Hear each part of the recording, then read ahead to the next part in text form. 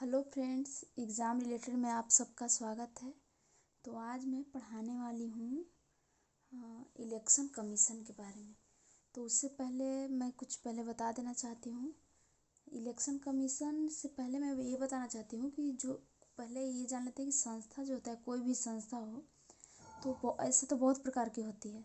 अब कौन सी संस्था की बात कर रहे हैं मैं बता रही हूँ। तो राजनीतिक संस्था जो होती है, राजनीतिक संस्था वो कितने प्रकार की होती है, मुख्य रूप से हम लोग को 3 ही पढ़ना है। तो राजनीतिक संस्था के जो प्रकार है वो होती है 3 प्रकार की होती है। एक तो होती है संवैधानिक निकाय, एक होती है सांविधिक निकाय और एक होती है कार्यकारी निकाय। ठीक है, इसको इंग्लिश में बोलते हैं कॉन्स्टिट्यूशनल बॉडी, इसको स्टैट्यूटरी बॉडी और इसको एग्जीक्यूटिव बॉडी बोलते हैं। तो आप पूछेंगे कि आखिर मैं ये क्यों बता रही हूँ। तो इसके पीछे मैं ये बताना चाहती हूँ कि इलेक्शन कमीशन की प्रकृति कैसी, आखिर वो किस टाइप का निकाय है। इससे आप लोग का 2-3 क्वेश्चन पता चल जाएगा। इससे तो आर्टिकल भी आपको लोग को पता चल जाएगा और ये भी पता चल जाएगा कि कोई निकाय जैसे एग्जाम में पूछ दिया कैसा है, कैसा निकाय है या किस टाइप की बॉडी है, तो हम लोग वहाँ बोल सकते हैं संवैधानिक बॉडी है। ये प्रश्न बहुत पूछे जाते हैं, ये चीज़ बहुत कम पढ़ाया जाता है, इस वजह से मैं ये बता दे रही हूँ पहले। उसके बाद मैं निर्वाचन आयोग के बारे में बताऊंगी। ठीक है, तो संवैधानिक निकाय होता क्या है। तो संवैधानिक निकाय जो होता है ऐसा निकाय होता है, देखिए बहुत सिंपल है, जिसका वर्णन संविधान में रहेगा। कहाँ रहेगा वर्णन, तो संविधान में वर्णन किया गया होगा, तो उसे ही बोला जाएगा संवैधानिक निकाय। ठीक है, अगर एग्जाम्पल के लिए देखें तो 3 एग्जाम्पल अभी लेते हैं।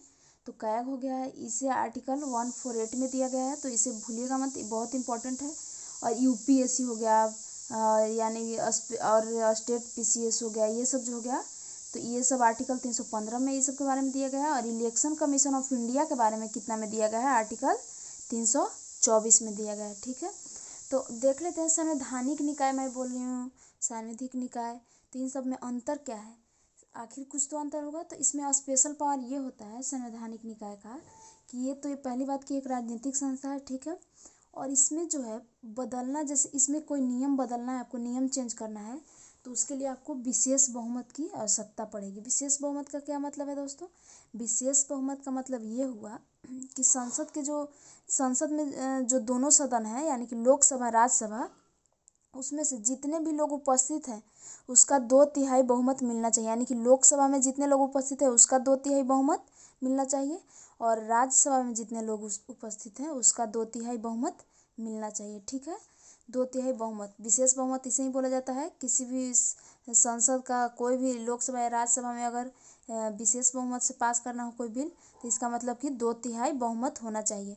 और क्या हो, अब जब चूंकि विशेष बहुमत की ज़रूरत है और इसमें क्या करना पड़ेगा, संविधान संशोधन। यानी कि चूंकि संविधान संशोधन क्या मतलब होता है, जब हमारे देश में चूंकि संविधान संशोधन की ज़रूरत इसलिए पड़ा है क्योंकि जब देश में क्या हो जाएगा कि कोई नियम चेंज करना हो, कोई उससे, क्योंकि सोच हमेशा इंसान का बदलते रहता है, तो सोच के अनुसार यहाँ लोग बदल रहे हैं, उनका रहन सहन सब तरह से बदल रहा है, तो उनको बदलते के साथ ही कुछ हो सकता है कि संविधान में चेंज करना पड़े। इस वजह से क्या लाया गया, जो संविधान में संशोधन करना पड़ता है। तो क्या होगा, चूँकि ये आर्टिकल में दिया गया है, आर्टिकल निर्वाचन आयोग के बारे में या संवैधानिक निकाय जो है आर्टिकल में दिया गया है, इस वजह से कैसा होता है, क्या करना पड़ता है इसमें, संविधान संशोधन।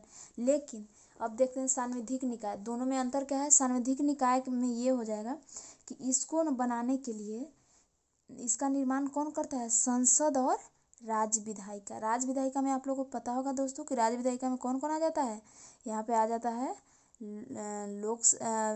विधानसभा, और अगर विधान परिषद है तो विधान परिषद आ सकता है।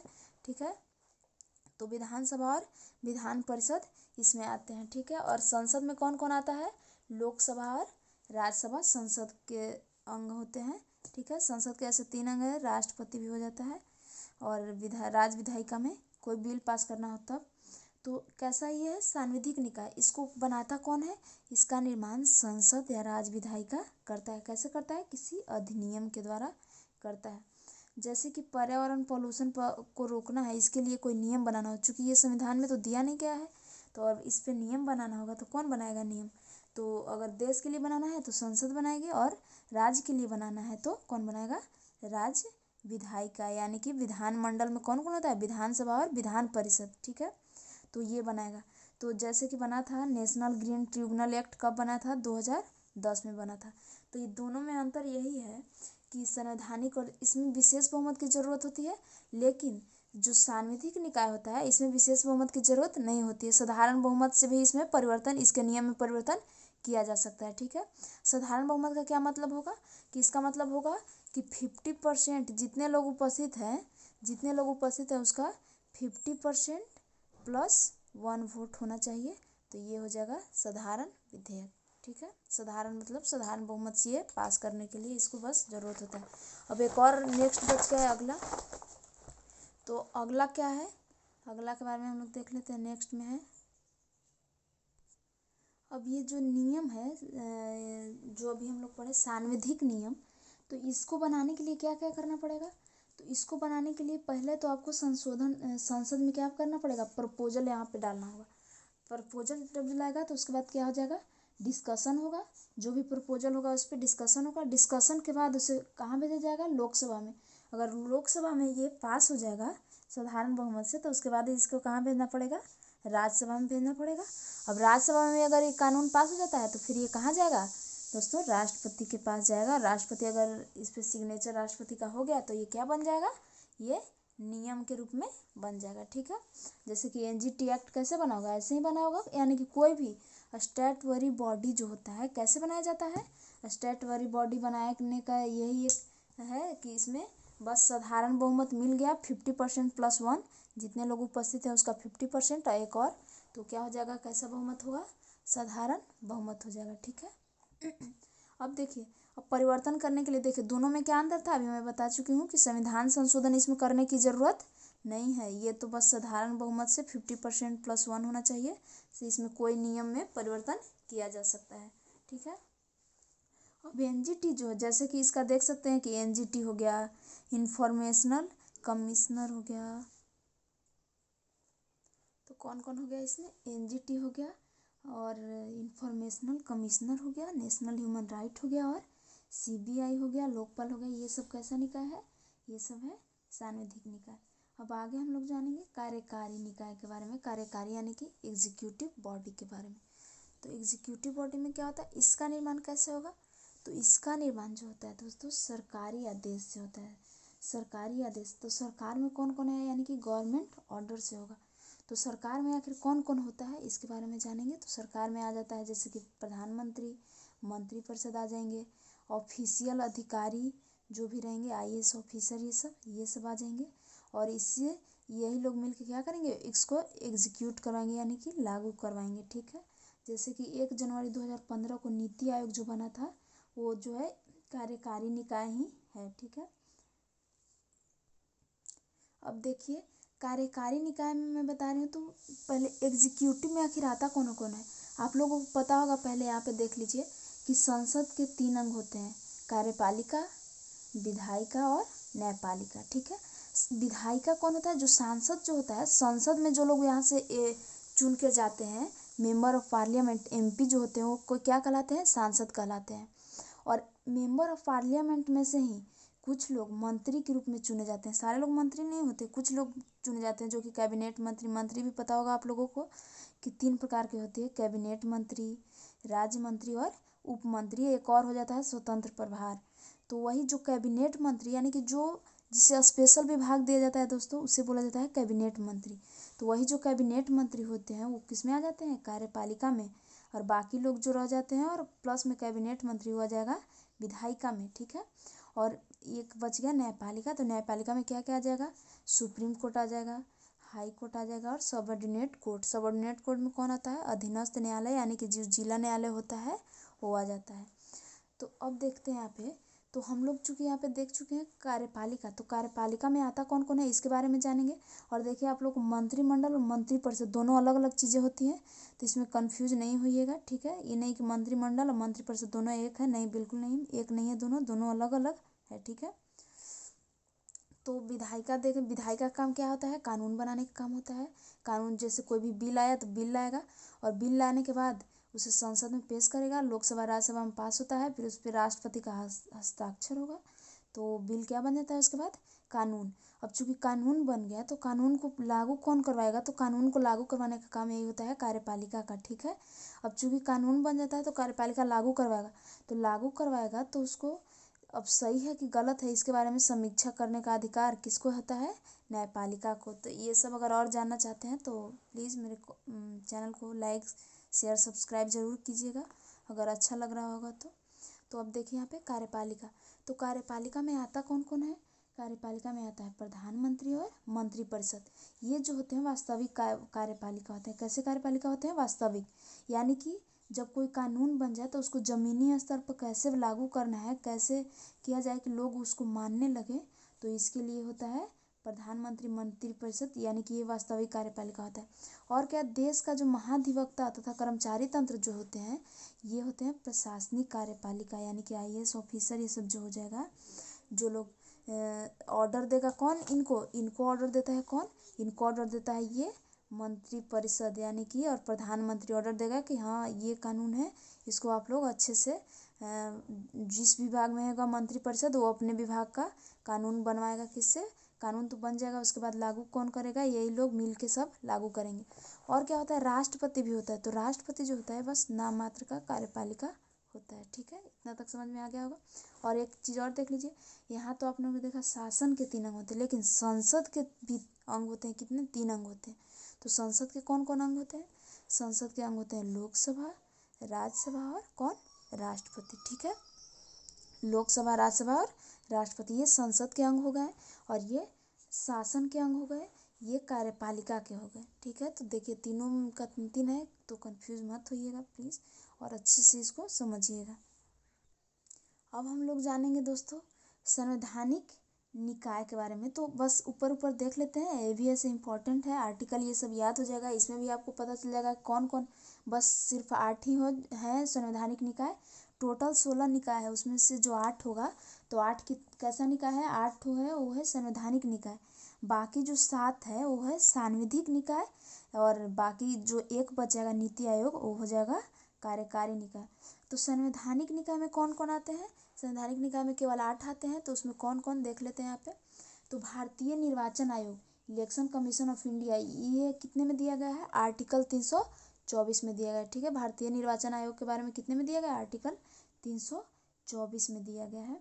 इसको याद करिए, इस प्रकृति भी याद हो जाएगा साथ में कि कैसा निकाय है। तो संवैधानिक निकाय है, किस आर्टिकल में दिया गया है, तो आर्टिकल 324 में। अब राज्य निर्वाचन आयोग, ये कितने में दिया गया है, आर्टिकल 243 के से 243 ZA तक दिया गया है, स्टेट इलेक्शन कमीशन। यहाँ पे देखिए अब 73वें, अब इसको राज्य निर्वाचन आयोग को कब जोड़ा गया था, 73वें संविधान संशोधन जो हुआ था 1992 में, उसी के द्वारा जोड़ा गया था। और देखिए 73वें संविधान संशोधन में आपको 1993 भी लिखेगा, तो 1992 में ये संशोधन हुआ, ठीक है, लेकिन और जोड़ दिया गया संविधान में, और उसके बाद इसको 1993 में ज़मीनी स्तर पर लागू कर दिया गया, यानी कि सब जगह जो है इसका पालन होने लगा कि हाँ ये हो गया है। अब इससे रिलेटेड जो भी बात रहेगा उसको राज्य ने फिर अपनाया उसको, ठीक है। उसके बाद है संघ लोक सेवा आयोग, यूनियन पब्लिक सर्विस कमीशन जो है ये है आर्टिकल 315 में। उसके बाद है राज्य लोक सेवा आयोग, ये कितने में दिया गया है, आर्टिकल ये भी 315 में दिया गया है। नियंत्रक एवं महालेखा परीक्षक कैग के बारे में कितने में दिया गया है, आर्टिकल 148 में 148 में दिया गया है। उसके बाद है छठा नंबर का है, ये है राष्ट्रीय अनुसूचित जाति यानी कि शेड्यूल कास्ट कमीशन, ये है आर्टिकल 338 में। अनुसूचित जनजाति आयोग ये दिया गया है आर्टिकल 338A में, यानी कि शेड्यूल ट्राइब कमीशन।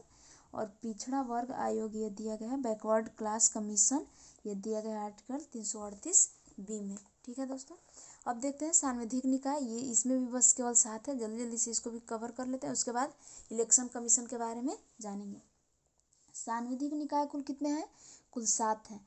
तो कौन कौन है, एक तो है महिला आयोग, वुमेन कमीशन, ये कब बना था, 1990 एक्ट के तहत बना था, ठीक है, 1990 के तहत बना था, नेशनल कमीशन फॉर वुमेन। और राष्ट्रीय मानवाधिकार आयोग, राष्ट्रीय मानवाधिकार ह्यूमन राइट कमीशन, ये कब बना था, ये एक्ट 1993 के तहत बना था, यानी कि protection of human right act है। और बाल संरक्षण आयोग, यानी कि child protection commission, commission for protection child right, कब बना था? 2005 में, ये इम्पोर्टेंट है। और सूचना आयोग ये कब बना था? Information commission, right to information act 2005 में, ये भी याद कर लीजिएगा। ऐसे तो सब याद करने की ज़रूरत है, लेकिन जितना ज़्यादा याद रखिएगा उतना ही अच्छा रहेगा। इस सब से क्वेश्चन आते हैं। और सतर्कता आयोग, विजिलेंस कमीशन आया था, कब आया था? ये आया था 2003 में आया था। और राष्ट्रीय हरित प्राधिकरण ये कब आया था दोस्तों? ये आया था नेशनल ग्रीन ट्रिब्यूनल एक्ट 2010 में आया था। और खाद्य संरक्षण आयोग ये कब आया था? ये आया था नेशनल फूड सिक्योरिटी एक्ट के तहत, NFSA के तहत 2013 में आया था। ठीक है, अब एक और बच गया था दोस्तों यहाँ पे, तो एक और था कौन सा? नीति आयोग। कार्यकारी निकाय में सिर्फ एक ही है, इसमें कौन है? सिर्फ एक नीति आयोग है। योजना आयोग के स्थान पर आया था, आप लोग को पता होगा। इससे पहले क्या था? योजना आयोग। तो चूंकि ये सरकार के निर्देश पे होता है, तो नीति आयोग से, योजना आयोग से इसको बदल के क्या कर दिया गया? नीति आयोग कर दिया गया। जो योजना आयोग था 5 साल का था, लेकिन नीति आयोग कितने साल का कर दिया गया? 3 साल का कर दिया गया। और इसे कब लाया गया था? तो ये आया था 2015 में आया था। ठीक है, और अब चलिए अब देखते हैं यहाँ पे निर्वाचन आयोग के बारे में। अब किसके बारे में जानेंगे आप? अब यहाँ से जानते हैं निर्वाचन आयोग के बारे में। यहीं से स्टार्ट होती है अब हमारी चैप्टर मेन रूप से। ऐसे जिनको देखना होगा वो देख लीजिए, नहीं तो यहाँ से भी आप लोग देख सकते हैं। मैं तो बता दी कि वहाँ से आप लोग को कोई भी, अब ये कोई भी निकाय कैसा है अब जानने में आप लोग को प्रॉब्लम नहीं होगी। अब यहाँ देखिए निर्वाचन आयोग, तो आखिर निर्वाचन आयोग की आवश्यकता क्यों पड़ी? तो निर्वाचन आयोग की आवश्यकता इसलिए पड़ी दोस्तों, हम लोग जानते हैं कि हमारा जो भारत है ना, वो सबसे बड़ा लोकतांत्रिक देश है कि नहीं? सबसे बड़ा लोकतांत्रिक देश है। अब लोकतांत्रिक देश के लिए सबसे बड़ी विशेषता ये होती है कि इसके लिए स्वतंत्र और निष्पक्ष चुनाव कराया जाए, यानी कि फ्री एंड फेयर इलेक्शन होना चाहिए। ठीक है, कैसा इलेक्शन होना चाहिए? Free and fair. इसका मतलब क्या होगा कि इसमें किसी भी सरकार का किसी तरह से हस्तक्षेप नहीं है। यह नहीं सत्ताधारी जो है पार्टी, वो ज़बरदस्ती चुनाव आयोग पे क्या दबाव बना दे और बोले कि हाँ मेरे तरफ झुकाव, मतलब किसी की तरफ झुकाव नहीं होना चाहिए। चाहे वो ज़्यादा जिसको वोट मिल रहा है उसके तरफ भी नहीं और कम वोट मिल रहा है उसके तरफ भी नहीं। ये बिल्कुल निष्पक्ष रूप से काम करेगा, अपने अनुसार काम करेगा। ठीक है, यानी कि क्या बोला गया? The soul of democracy is free and fair election. अगर एक देखा जाए तो अगर लोकतंत्र का आत्मा जो होता है फ्री एंड फेयर इलेक्शन करवाना है, स्वतंत्र और निष्पक्ष चुनाव करवाना, ये होता है सबसे बड़ी लोकतंत्र की विशेषता। अब जो है ये भारतीय संविधान के भाग 15 में, कितने भाग में? भाग 15 में जोड़ा गया है इसको। और कितने अनुच्छेद में? अनुच्छेद 324 से 329 तक में जोड़ा गया। और एक चीज़ और ध्यान रखना है, इसमें निर्वाचन आयोग नहीं है 324 से 329 तक, बल्कि ये जो है निर्वाचन व्यवस्था के बारे में, पूरा निर्वाचन व्यवस्था के बारे में बताया गया है किसमें? अनुच्छेद 324 से लेकर के 329 तक में। ठीक है, और अनुच्छेद 324 में बस ये दिया गया है किसके बारे में? निर्वाचन आयोग के बारे में। तो आज हम लोग 324 अनुच्छेद पढ़ने वाले हैं, और ये सब भी बता दूंगी मैं 324 से 329 तक में क्या क्या है, लेकिन ज़्यादा विस्तार हम लोग को पढ़ना है अनुच्छेद 324 के बारे में। तो ये निर्वाचन आयोग की आखिर स्थापना क्यों की गई? तो निर्वाचन आयोग की स्थापना इसलिए की गई, मैं ऊपर भी बताई, कि स्वतंत्र और निष्पक्ष चुनाव कराने के लिए किया गया है। और ये आपको पता चल गया कि अनुच्छेद 324 में भारत के निर्वाचन आयोग के बारे में बताया गया है। ठीक है, अब यहाँ पे देखते हैं कि अब इसके बारे में, चूंकि अनुच्छेद 324 के बारे में कहाँ दिया गया है? अनुच्छेद 324 के बारे में संविधान में दिया गया है। तो ये कैसा निकाय हो जाएगा दोस्तों? ये एक संवैधानिक निकाय हो जाएगा, है कि नहीं? चूंकि संविधान में दिया गया है इसके बारे में, इसलिए क्या हो जाएगा? संवैधानिक निकाय हो जाएगा। तो जब वहाँ पे कानून बन रहा था, यानी कि जब संविधान बन रहा था, तब लोगों ने सोचा कि ऐसे तो चीन में भी देखो बहुत जगह उस टाइप का है, चुनाव होता है, लेकिन क्या वो लोकतांत्रिक देश भी वो लोग बोलते हैं, लेकिन वो लोग हैं नहीं उस टाइप के। ठीक है, लोकतांत्रिक वहाँ नहीं बोला जाएगा, क्योंकि वहाँ पे चुनाव जो होता है स्वतंत्र और निष्पक्ष चुनाव नहीं होता है। लेकिन हमारे इंडिया में बिल्कुल स्वतंत्र और निष्पक्ष चुनाव होते हैं। और अगर कुछ भी हिंसा हो जाता है चुनाव से संबंधित, तो भी उसको रद्द करने का हक किसको है? रद्द करने का अधिकार जो है चुनाव आयोग को है। इसीलिए इसको बोला गया है बिल्कुल स्वतंत्र है और किसी की तरफ झुका हुआ नहीं है, बिल्कुल निष्पक्ष है। और क्या, ये तो पता चल गया कि ये कैसा निकाय है, संवैधानिक निकाय है। और कैसा निकाय है ये, स्वतंत्र और स्वायत्त। देखिए स्वतंत्र ऊपर पता चला आपको कि कैसा है, स्वतंत्र निष्पक्ष चुनाव करने के लिए स्वतंत्र और स्वायत्त, मतलब ये किसी पर डिपेंड नहीं है, यानी कि अपने कामों के लिए ये सरकार के प्रति जिम्मेदार नहीं है। ये नहीं कि सरकार को बताना पड़ेगा कि हम इसको जिता रहे हो, ये सब कुछ नहीं है। सरकार को के प्रति बिल्कुल रिस्पॉन्सिबिलिटी इसकी नहीं है। ये अपने मन से जो भी करना होगा अपने मन से करेगी, ठीक है। और रही बात जो निर्वाचन आयुक्त होते हैं, यानी कि निर्वाचन आयोग में कुछ लोग होते होंगे, सदस्य होते हैं। अब आगे बताएंगे कितने सदस्य थे, कितने सदस्य अब हो गए हैं। तो निर्वाचन आयोग में जो सदस्य होते हैं दोस्तों, ये जो इनको कहाँ से दिया जाता है वेतन, तो भारत के जो संचित निधि होती है, कॉन्सोलिडेटेड जो फंड होता है इंडिया का, उसी से इनको क्या दिया जाता है, उसी से इनको वेतन दिया जाता है, ठीक है।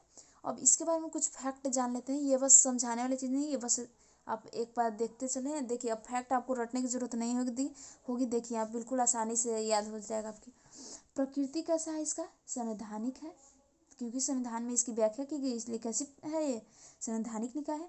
और क्या, स्वायत्त और स्वतंत्र निकाय भी, आयोग भी है, आयोग या निकाय बोल सकते हैं, कमीशन।